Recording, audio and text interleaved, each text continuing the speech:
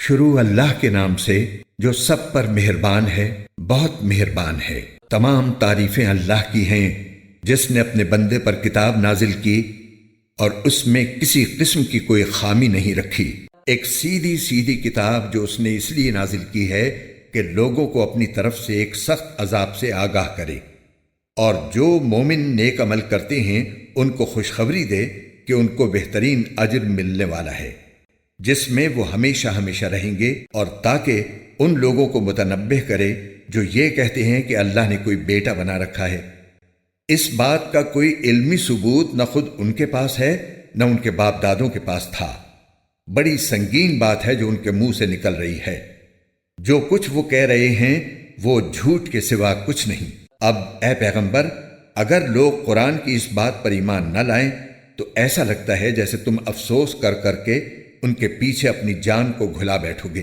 یقین جانو کہ روئے زمین پر جتنی چیزیں ہیں ہم نے انہیں زمین کی سجاوٹ کا ذریعہ اس لیے بنایا ہے تاکہ لوگوں کو آزمائیں کہ ان میں کون زیادہ اچھا عمل کرتا ہے، اور یہ بھی یقین رکھو کہ روئے زمین پر جو کچھ ہے ایک دن ہم اسے ایک سپاٹ میدان بنا دیں گے۔ کیا تمہارا یہ خیال ہے کہ غار اور رقیم والے لوگ ہماری نشانیوں میں سے کچھ زیادہ عجیب چیز تھے؟ یہ اس وقت کا ذکر ہے جب ان نوجوانوں نے غار میں پناہ لی تھی اور اللہ تعالیٰ سے دعا کرتے ہوئے کہا تھا کہ اے ہمارے پروردگار، ہم پر خاص اپنے پاس سے رحمت نازل فرمائیے اور ہماری اس صورتحال میں ہمارے لیے بھلائی کا راستہ مہیا فرما دیجیے۔ چنانچہ ہم نے ان کے کانوں کو تھپکی دے کر کئی سال تک ان کو غار میں سلائے رکھا، پھر ہم نے ان کو جگایا تاکہ یہ دیکھیں کہ ان کے دو گروہ میں سے کون سا گروہ اپنے سوئے رہنے کی مدت کا زیادہ صحیح شمار کرتا ہے۔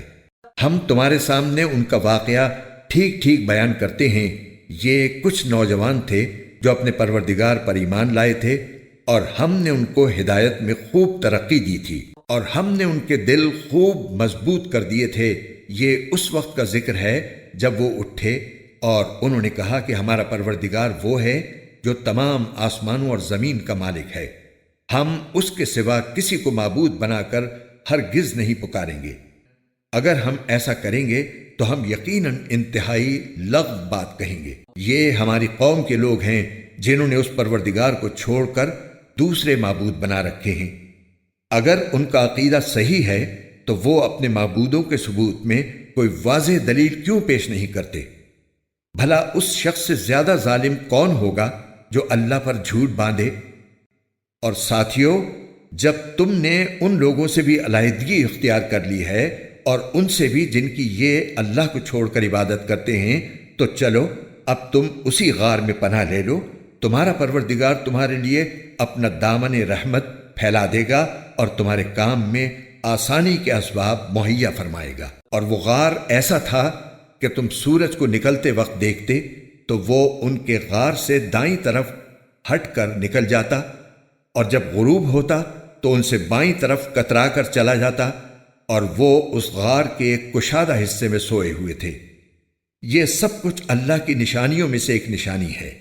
جسے اللہ ہدایت دے وہی ہدایت پاتا ہے، اور جسے وہ گمراہ رکھے اس کا تمہیں ہرگز کوئی مددگار نہیں مل سکتا جو اسے راستے پر لائے۔ تم انہیں دیکھ کر یہ سمجھتے کہ وہ جاگ رہے ہیں، حالانکہ وہ سوئے ہوئے تھے، اور ہم ان کو دائیں اور بائیں کروٹ دلواتے رہتے تھے، اور ان کا کتا دہلیز پر اپنے دونوں ہاتھ پھیلائے ہوئے بیٹھا تھا۔ اگر تم انہیں جھانک کر دیکھتے تو ان سے پیٹ پھیر کر بھاگ کھڑے ہوتے، اور تمہارے اندر ان کی دہشت سما جاتی۔ اور جیسے ہم نے انہیں سلایا تھا اسی طرح ہم نے انہیں اٹھا دیا تاکہ وہ آپس میں ایک دوسرے سے پوچھ گچھ کریں۔ ان میں سے ایک کہنے والے نے کہا، تم اس حالت میں کتنی دیر رہے ہوگے؟ کچھ لوگوں نے کہا، ہم ایک دن یا ایک دن سے کچھ کم نیند میں رہے ہوں گے۔ دوسروں نے کہا، تمہارا رب ہی بہتر جانتا ہے کہ تم کتنی دیر اس حالت میں رہے ہو۔ اب اپنے میں سے کسی کو چاندی کا یہ سکہ دے کر شہر کی طرف بھیجو، وہ جا کر دیکھ بھال کرے کہ اس کے کون سے علاقے میں زیادہ پاکیزہ کھانا مل سکتا ہے، پھر تمہارے پاس وہاں سے کچھ کھانے کو لے آئے، اور اسے چاہیے کہ ہوشیاری سے کام کرے اور کسی کو تمہاری خبر نہ ہونے دے۔ کیونکہ اگر ان شہر کے لوگوں کو تمہاری خبر مل گئی تو یہ تمہیں پتھراؤ کر کے ہلاک کر ڈالیں گے یا تمہیں اپنے دین میں واپس آنے کے لیے مجبور کریں گے، اور ایسا ہوا تو تمہیں کبھی فلاح نہیں مل سکے گی۔ اور یوں ہم نے ان کی خبر لوگوں تک پہنچا دی تاکہ وہ یقین سے جان لیں کہ اللہ کا وعدہ سچا ہے، نیز یہ کہ قیامت کی گھڑی آنے والی ہے، اس میں کوئی شک نہیں۔ پھر وہ وقت بھی آیا جب لوگ ان کے بارے میں آپس میں جھگڑ رہے تھے، چنانچہ کچھ لوگوں نے کہا کہ ان پر ایک عمارت بنا دو، ان کا رب ہی ان کے معاملے کو بہتر جانتا ہے۔ آخر کار جن لوگوں کو ان کے معاملات پر غلبہ حاصل تھا انہوں نے کہا کہ ہم تو ان کے اوپر ایک مسجد ضرور بنائیں گے۔ کچھ لوگ کہیں گے کہ وہ 3 آدمی تھے اور چوتھا ان کا کتا تھا، اور کچھ کہیں گے کہ وہ 5 تھے اور چھٹا ان کا کتا تھا۔ یہ سب اٹکل کے تیر چلانے کی باتیں ہیں۔ اور کچھ کہیں گے کہ وہ 7 تھے اور 8واں ان کا کتا تھا۔ کہہ دو کہ میرا رب ہی ان کی صحیح تعداد کو جانتا ہے، تھوڑے سے لوگوں کے سوا کسی کو ان کا پورا علم نہیں، لہٰذا ان کے بارے میں سرسری گفتگو سے آگے بڑھ کر کوئی بحث نہ کرو اور نہ ان کے بارے میں کسی سے پوچھ گچھ کرو۔ اور اے پیغمبر، کسی بھی کام کے بارے میں کبھی یہ نہ کہو کہ میں یہ کام کل کر لوں گا، ہاں یہ کہو کہ اللہ چاہے گا تو کر لوں گا۔ اور جب کبھی بھول جاؤ تو اپنے رب کو یاد کر لو اور کہو مجھے امید ہے کہ میرا رب کسی ایسی بات کی طرف میری رہنمائی کر دے جو ہدایت میں اس سے بھی زیادہ قریب ہو۔ اور وہ اصحاب کہف اپنے غار میں 300 سال اور مزید 9 سال سوتے رہے۔ اگر کوئی اس میں بحث کرے تو کہہ دو کہ اللہ ہی بہتر جانتا ہے کہ وہ کتنی مدت سوتے رہے۔ آسمانوں اور زمین کے سارے بھید اسی کے علم میں ہیں، وہ کتنا دیکھنے والا اور کتنا سننے والا ہے، اس کے سوا ان کا کوئی رکھوالا نہیں ہے، اور وہ اپنی حکومت میں کسی کو شریک نہیں کرتا۔ اور اے پیغمبر، تم پر تمہارے پروردگار کی طرف سے جو وحی بھیجی گئی ہے اسے پڑھ کر سنا دو، کوئی نہیں ہے جو اس کی باتوں کو بدل سکے، اور اسے چھوڑ کر تمہیں ہرگز کوئی پناہ کی جگہ نہیں مل سکتی۔ اور اپنے آپ کو استقامت سے ان لوگوں کے ساتھ ساتھ رکھو جو صبح و شام اپنے رب کو اس لیے پکارتے ہیں کہ وہ اس کی خوشنودی کے طلبگار ہیں۔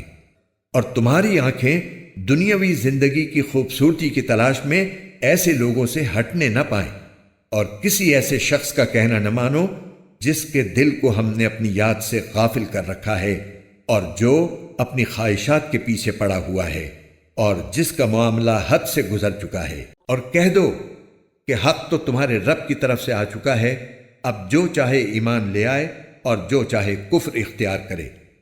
ہم نے بے شک ایسے ظالموں کے لیے آگ تیار کر رکھی ہے جس کی قناتیں ان کو گھیرے میں لے لیں گی، اور اگر وہ فریاد کریں گے تو ان کی فریاد کا جواب ایسے پانی سے دیا جائے گا جو تیل کی تلچھٹ جیسا ہوگا اور چہروں کو بھون کر رکھ دے گا۔ کیسا بدترین پانی اور کیسی بری آرام گاہ۔ البتہ جو لوگ ایمان لائے اور انہوں نے نیک عمل کیے تو یقیناً ہم نیک لوگوں کے اجر کو ضائع نہیں کرتے۔ یہ وہ لوگ ہیں جن کے لیے ہمیشہ رہنے والے باغات ہیں، ان کے نیچے سے نہریں بہتی ہوں گی، ان کو وہاں سونے کے کنگنوں سے مزین کیا جائے گا، وہ اونچی مسندوں پر تکیہ لگائے ہوئے باریک اور دبیز ریشم کے سبز کپڑے پہنے ہوں گے، کتنا بہترین اجر اور کیسی حسین آرام گاہ۔ اور اے پیغمبر، ان لوگوں کے سامنے ان 2 آدمیوں کی مثال پیش کرو جن میں سے ایک کو ہم نے انگوروں کے 2 باغ دے رکھے تھے اور ان کو کھجور کے درختوں سے گھیرا ہوا تھا، اور ان دونوں باغوں کے درمیان کھیتی لگائی ہوئی تھی۔ دونوں باغ پورا پورا پھل دیتے تھے اور کوئی باغ پھل دینے میں کوئی کمی نہیں چھوڑتا تھا، اور ان دونوں کے درمیان ہم نے ایک نہر جاری کر دی تھی۔ اور اس شخص کو خوب دولت حاصل ہوئی تو وہ اپنے ساتھی سے باتیں کرتے ہوئے کہنے لگا کہ میرا مال بھی تم سے زیادہ ہے اور میرا جتھا بھی تم سے زیادہ مضبوط ہے۔ اور وہ اپنی جان پر ستم ڈھاتا ہوا اپنے باغ میں داخل ہوا، کہنے لگا میں نہیں سمجھتا کہ یہ باغ کبھی بھی تباہ ہوگا، اور میرا خیال یہ ہے کہ قیامت کبھی نہیں آئے گی، اور اگر کبھی مجھے اپنے رب کے پاس واپس بھیجا بھی گیا تب بھی مجھے یقین ہے کہ مجھے اس سے بھی اچھی جگہ ملے گی۔ اس کے ساتھی نے اس سے باتیں کرتے ہوئے کہا کیا تم اس ذات کے ساتھ کفر کا معاملہ کر رہے ہو جس نے تمہیں مٹی سے اور پھر نطفے سے پیدا کیا، پھر تمہیں ایک بھلا چنگا انسان بنا دیا۔ جہاں تک میرا تعلق ہے، میں تو یہ عقیدہ رکھتا ہوں کہ اللہ میرا پروردگار ہے اور میں اپنے پروردگار کے ساتھ کسی کو شریک نہیں مانتا۔ اور جب تم اپنے باغ میں داخل ہو رہے تھے، اس وقت تم نے یہ کیوں نہیں کہا کہ ماشاء اللہ لا قوت الا باللہ، یعنی جو اللہ چاہتا ہے وہی ہوتا ہے، اللہ کی توفیق کے بغیر کسی میں کوئی طاقت نہیں۔ اگر تمہیں یہ نظر آ رہا ہے کہ میری دولت اور اولاد تم سے کم ہے، تو میرے رب سے کچھ بعید نہیں ہے کہ وہ مجھے تمہارے باغ سے بہتر چیز عطا فرما دے اور تمہارے اس باغ پر کوئی آسمانی آفت بھیج دے جس سے وہ چکنے میدان میں تبدیل ہو کر رہ جائے، یا اس کا پانی زمین میں اتر جائے، پھر تم اسے تلاش بھی نہ کر سکو۔ اور پھر ہوا یہ کہ اس کی ساری دولت عذاب کے گھیرے میں آ گئی، اور صبح ہوئی تو اس حالت میں کہ اس نے باغ پر جو کچھ خرچ کیا تھا وہ اس پر ہاتھ ملتا رہ گیا، جبکہ اس کا باغ ٹٹیوں پر گرا پڑا تھا، اور وہ کہہ رہا تھا کاش میں نے اپنے رب کے ساتھ کسی کو شریک نہ مانا ہوتا۔ اور اسے کوئی ایسا جتھا میسر نہ آیا جو اللہ کو چھوڑ کر اس کی مدد کرتا، اور نہ وہ خود اس قابل تھا کہ اپنا دفاع کر سکے۔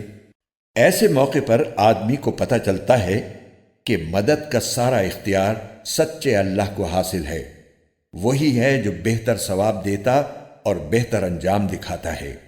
اور ان لوگوں سے دنیاوی زندگی کی یہ مثال بھی بیان کر دو کہ وہ ایسی ہے جیسے ہم نے آسمان سے پانی برسایا تو اس سے زمین کا سبزہ خوب گھنا ہو گیا، پھر وہ ایسا ریزہ ریزہ ہوا کہ اسے ہوائیں اڑا لے جاتی ہیں، اور اللہ ہر چیز پر مکمل قدرت رکھتا ہے۔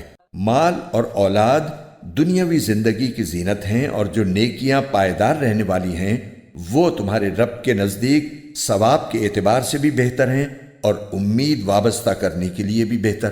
اور اس دن کا دھیان رکھو جس دن ہم پہاڑوں کو چلائیں گے اور تم زمین کو دیکھو گے کہ وہ کھلی پڑی ہے، اور ہم ان سب کو گھیر کر اکٹھا کر دیں گے اور ان میں سے کسی ایک کو بھی نہیں چھوڑیں گے، اور سب کو تمہارے رب کے سامنے صف باندھ کر پیش کیا جائے گا۔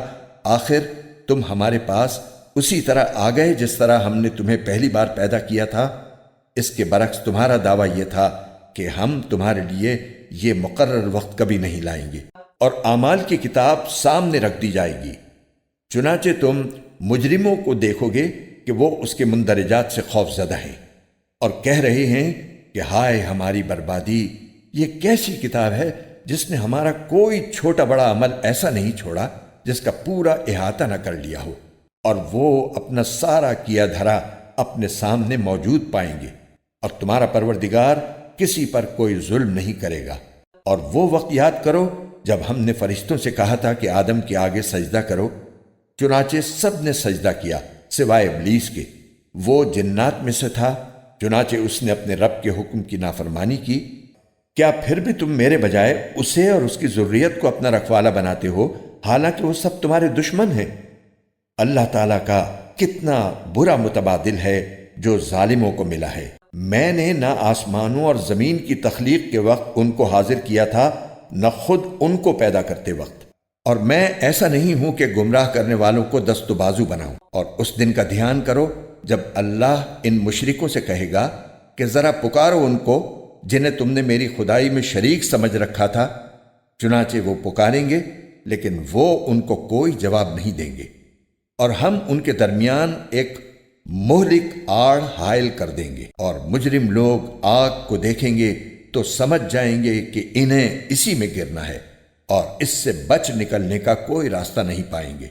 اور ہم نے لوگوں کے فائدے کے لیے اس قرآن میں طرح طرح سے ہر قسم کے مضامین بیان کیے ہیں، اور انسان ہے کہ جھگڑا کرنے میں ہر چیز سے بڑھ گیا ہے۔ اور جب لوگوں کے پاس ہدایت آ چکی تو اب انہیں ایمان لانے اور اپنے رب سے معافی مانگنے سے اس مطالبے کے سوا کوئی اور چیز نہیں روک رہی کہ ان کے ساتھ بھی پچھلے لوگوں جیسے واقعات پیش آ جائیں یا عذاب ان کے بالکل سامنے آ کھڑا ہو۔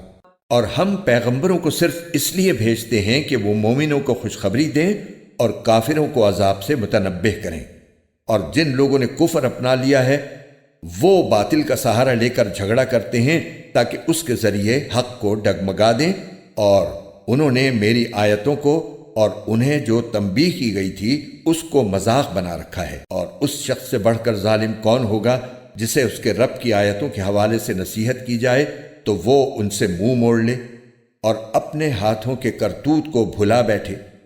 حقیقت یہ ہے کہ ہم نے ان لوگوں کے کرتوت کی وجہ سے ان کے دلوں پر غلاف چڑھا دی ہیں، جن کی وجہ سے وہ اس قرآن کو نہیں سمجھتے، اور ان کے کانوں میں ڈانٹ لگا دی ہے۔ اور اگر تم انہیں ہدایت کی طرف بلاؤ تب بھی وہ صحیح راستے پر ہرگز نہیں آئیں گے۔ اور تمہارا پروردگار بہت بخشنے والا، بڑا رحمت والا ہے۔ جو کمائی انہوں نے کی ہے، اگر وہ اس کی وجہ سے انہیں پکڑنے پر آتا تو ان کو جلد ہی عذاب دے دیتا، لیکن ان کے لیے ایک وقت مقرر ہے جس سے بچنے کے لیے انہیں کوئی پناہ گاہ نہیں ملے گی۔ یہ ساری بستیاں تمہارے سامنے ہیں۔ جب انہوں نے ظلم کی روش اپنائی تو ہم نے ان کو ہلاک کر ڈالا، اور ان کی ہلاکت کے لیے بھی ہم نے ایک وقت مقرر کیا ہوا تھا۔ اور اس وقت کا ذکر سنو جب موسیٰ نے اپنے نوجوان شاگرد سے کہا تھا کہ میں اس وقت تک اپنا سفر جاری رکھوں گا جب تک 2 سمندروں کے سنگم پر نہ پہنچ جاؤں، ورنہ برسوں چلتا رہوں گا۔ چنانچہ جب وہ ان کے سنگم پر پہنچے تو دونوں اپنی مچھلی کو بھول گئے، اور اس نے سمندر میں ایک سرنگ کی طرح کا راستہ بنا لیا۔ پھر جب دونوں آگے نکل گئے تو موسیٰ نے اپنے نوجوان سے کہا کہ ہمارا ناشتہ لاؤ۔ سچی بات یہ ہے کہ ہمیں اس سفر میں بڑی تھکاوٹ لاحق ہو گئی ہے۔ اس نے کہا بھلا بتائیے۔ عجیب قصہ ہو گیا۔ جب ہم اس چٹان پر ٹھہرے تھے تو میں مچھلی کا آپ سے ذکر کرنا بھول گیا، اور شیطان کے سوا کوئی نہیں ہے جس نے مجھ سے اس کا تذکرہ کرنا بھلایا ہو۔ اور اس مچھلی نے تو بڑے عجیب طریقے پر دریا میں اپنی راہ لے لی تھی۔ موسیٰ نے کہا اس بات کی تو ہمیں تلاش تھی۔ چنانچہ دونوں اپنے قدموں کے نشان دیکھتے ہوئے واپس لوٹے۔ تب انہیں ہمارے بندوں میں سے ایک بندہ ملا جس کو ہم نے اپنی خصوصی رحمت سے نوازا تھا اور خاص اپنی طرف سے ایک علم سکھایا تھا۔ موسیٰ نے ان سے کہا کیا میں آپ کے ساتھ اس غرض سے رہ سکتا ہوں کہ آپ کو بھلائی کا جو علم عطا ہوا ہے اس کا کچھ حصہ مجھے بھی سکھا دیں؟ انہوں نے کہا مجھے یقین ہے کہ آپ میرے ساتھ رہنے پر صبر نہیں کر سکیں گے، اور جن باتوں کی آپ کو پوری واقفیت نہیں ہے ان پر آپ صبر کر بھی کیسے سکتے ہیں؟ موسیٰ نے کہا انشاءاللہ آپ مجھے صابر پائیں گے، اور میں آپ کے کسی حکم کی خلاف ورزی نہیں کروں گا۔ انہوں نے کہا اچھا، اگر آپ میرے ساتھ چلتے ہیں تو جب تک میں خود ہی آپ سے کسی بات کا تذکرہ شروع نہ کروں آپ مجھ سے کسی بھی چیز کے بارے میں سوال نہ کریں۔ چنانچہ دونوں روانہ ہو گئے، یہاں تک کہ جب دونوں ایک کشتی میں سوار ہوئے تو ان صاحب نے کشتی میں چھید کر دیا۔ موسیٰ بولے ارے کیا آپ نے اس میں چھید کر دیا تاکہ سارے کشتی والوں کو ڈبو ڈالیں؟ یہ تو آپ نے بڑا خوفناک کام کیا۔ انہوں نے کہا کیا میں نے نہیں کہا تھا کہ آپ میرے ساتھ رہ کر صبر نہیں کر سکیں گے؟ موسیٰ نے کہا مجھ سے جو بھول ہو گئی اس پر میری گرفت نہ کیجیے اور میرے کام کو زیادہ مشکل نہ بنائیے۔ وہ دونوں پھر روانہ ہو گئے، یہاں تک کہ ان کی ملاقات ایک لڑکے سے ہوئی تو ان صاحب نے اسے قتل کر ڈالا۔ موسیٰ بول اٹھے ارے کیا آپ نے ایک پاکیزہ جان کو ہلاک کر دیا جبکہ اس نے کسی کی جان نہیں لی تھی جس کا بدلہ اس سے لیا جائے؟ یہ تو آپ نے بہت ہی برا کام کیا۔ انہوں نے کہا کیا میں نے آپ سے نہیں کہا تھا کہ آپ میرے ساتھ رہنے پر صبر نہیں کر سکیں گے؟ موسیٰ بولے اگر اب میں آپ سے کوئی بات پوچھوں تو آپ مجھے اپنے ساتھ نہ رکھیے، یقیناً آپ میری طرف سے عذر کی حد کو پہنچ گئے ہیں۔ چنانچہ وہ دونوں پھر روانہ ہو گئے، یہاں تک کہ جب ایک بستی والوں کے پاس پہنچے تو اس کے باشندوں سے کھانا مانگا تو ان لوگوں نے ان کی مہمانی کرنے سے انکار کر دیا۔ پھر انہیں ایک دیوار ملی جو گرا ہی چاہتی تھی، ان صاحب نے اسے کھڑا کر دیا۔ موسیٰ نے کہا اگر آپ چاہتے تو اس کام پر کچھ اجرت لے لیتے۔ انہوں نے کہا لیجئے، میرے اور آپ کے درمیان جدائی کا وقت آ گیا، اب میں آپ کو ان باتوں کا مقصد بتائے دیتا ہوں جن پر آپ سے صبر نہیں ہو سکا۔ جہاں تک کشتی کا تعلق ہے وہ کچھ غریب آدمیوں کی تھی جو دریا میں مزدوری کرتے تھے۔ میں نے چاہا کہ اس میں کوئی عیب پیدا کر دوں کیونکہ ان کے آگے ایک بادشاہ تھا جو ہر اچھی کشتی کو زبردستی چھین کر رکھ لیا کرتا تھا۔ اور لڑکے کا معاملہ یہ تھا کہ اس کے ماں باپ مومن تھے، اور ہمیں اس بات کا اندیشہ تھا کہ یہ لڑکا ان دونوں کو سرکشی اور کفر میں نہ پھنسا دے۔ چنانچہ ہم نے یہ چاہا کہ ان کا پروردگار انہیں اس لڑکے کے بدلے ایسی اولاد دے جو پاکیزگی میں بھی اس سے بہتر ہو اور حسن سلوک میں بھی اس سے بڑی ہوئی ہو۔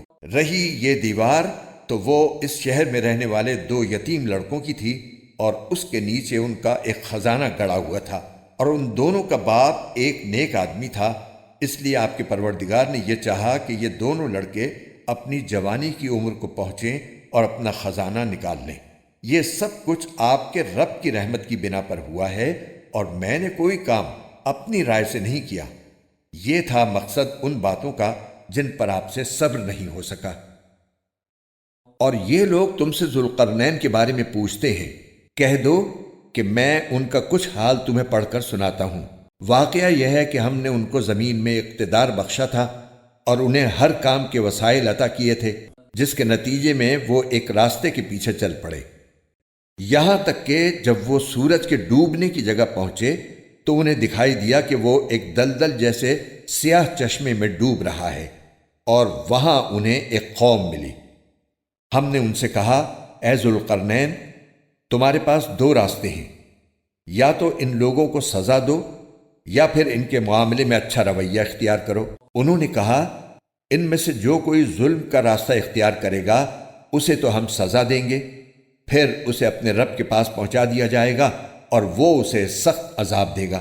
البتہ جو کوئی ایمان لائے گا اور نیک عمل کرے گا تو وہ بدلے کے طور پر اچھے انجام کا مستحق ہوگا، اور ہم بھی اس کو اپنا حکم دیتے وقت آسانی کی بات کہیں گے۔ اس کے بعد وہ ایک اور راستے کے پیچھے چل پڑے، یہاں تک کہ جب وہ سورج کے طلوع ہونے کی جگہ پہنچے تو انہوں نے دیکھا کہ وہ ایک ایسی قوم پر طلوع ہو رہا ہے جسے ہم نے اس کی دھوپ سے بچنے کے لیے کوئی اوٹ مہیا نہیں کی تھی۔ واقعہ اسی طرح ہوا، اور ذوالقرنین کے پاس جو کچھ ساز و سامان تھا ہمیں اس کی پوری خبر تھی۔ اس کے بعد وہ ایک اور راستے کے پیچھے چل پڑے، یہاں تک کہ جب وہ 2 پہاڑوں کے درمیان پہنچے تو انہیں ان پہاڑوں سے پہلے کچھ لوگ ملے جن کے بارے میں ایسا لگتا تھا کہ وہ کوئی بات نہیں سمجھتے۔ انہوں نے کہا، اے ذوالقرنین، یاجوج اور ماجوج اس زمین میں فساد پھیلانے والے لوگ ہیں، تو کیا ہم آپ کو کچھ مال کی پیشکش کر سکتے ہیں جس کے بدلے آپ ہمارے اور ان کے درمیان کوئی دیوار بنا دیں؟ ذوالقرنین نے کہا، اللہ نے مجھے جو اقتدار عطا فرمایا ہے وہی میرے لیے بہتر ہے، لہٰذا تم لوگ ہاتھ پاؤں کی طاقت سے میری مدد کرو تو میں تمہارے اور ان کے درمیان ایک مضبوط دیوار بنا دوں گا۔ مجھے لوہے کی چادریں لا دو۔ یہاں تک کہ جب انہوں نے درمیانی خلا کو پاٹ کر دونوں پہاڑی سروں کو ایک دوسرے سے ملا دیا تو کہا کہ اب آگ دہکاؤ۔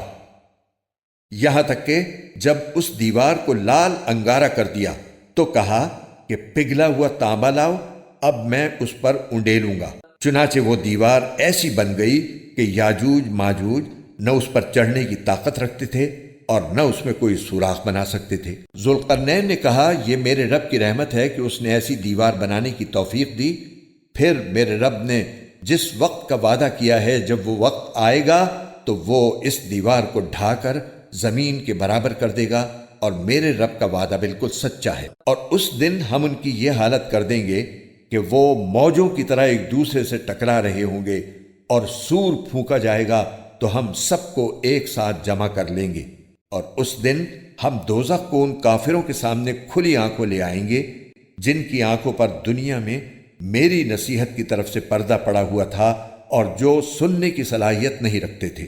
جن لوگوں نے کفر اپنا لیا ہے، کیا وہ پھر بھی یہ سمجھتے ہیں کہ مجھے چھوڑ کر میرے ہی بندوں کو اپنا رکھوالا بنائیں گے؟ یقین رکھو کہ ہم نے ایسے کافروں کی مہمانی کے لیے دوزخ تیار کر رکھی ہے۔ کہہ دو کہ کیا ہم تمہیں بتائیں کہ کون لوگ ہیں جو اپنے اعمال میں سب سے زیادہ ناکام ہیں؟ یہ وہ لوگ ہیں کہ دنیاوی زندگی میں ان کی ساری دوڑ دھوپ سیدھے راستے سے بھٹکی رہی اور وہ سمجھتے رہے کہ وہ بہت اچھا کام کر رہے ہیں۔ یہ وہی لوگ ہیں جنہوں نے اپنے مالک کی آیتوں کا اور اس کے سامنے پیش ہونے کا انکار کیا، اس لیے ان کا سارا کیا دھرا غارت ہو گیا۔ چنانچہ قیامت کے دن ہم ان کا کوئی وزن شمار نہیں کریں گے۔ یہ ہے جہنم کی شکل میں ان کی سزا، کیونکہ انہوں نے کفر کی روش اختیار کی تھی اور میری آیتوں اور میرے پیغمبروں کا مذاق بنایا تھا۔ دوسری طرف جو لوگ ایمان لائے ہیں اور جنہوں نے نیک عمل کیے ہیں، ان کی مہمانی کے لیے بے شک فردوس کے باغ ہوں گے جن میں وہ ہمیشہ رہیں گے، اور وہ وہاں سے کہیں اور جانا نہیں چاہیں گے۔ اے پیغمبر، لوگوں سے کہہ دو کہ اگر میرے رب کی باتیں لکھنے کے لیے سمندر روشنائی بن جائے تو میرے رب کی باتیں ختم نہیں ہوں گی کہ اس سے پہلے سمندر ختم ہو چکا ہوگا، چاہے اس سمندر کی کمی پوری کرنے کے لیے ہم ویسا ہی ایک اور سمندر کیوں نہ لے آئیں۔ کہہ دو کہ میں تو تمہیں جیسا ایک انسان ہوں، البتہ مجھ پر یہ وحی آتی ہے کہ تم سب کا اللہ بس ایک اللہ ہے، لہٰذا جس کسی کو اپنے مالک سے جا ملنے کی امید ہو اسے چاہیے کہ وہ نیک عمل کرے اور اپنے مالک کی عبادت میں کسی اور کو شریک نہ ٹھہرائے۔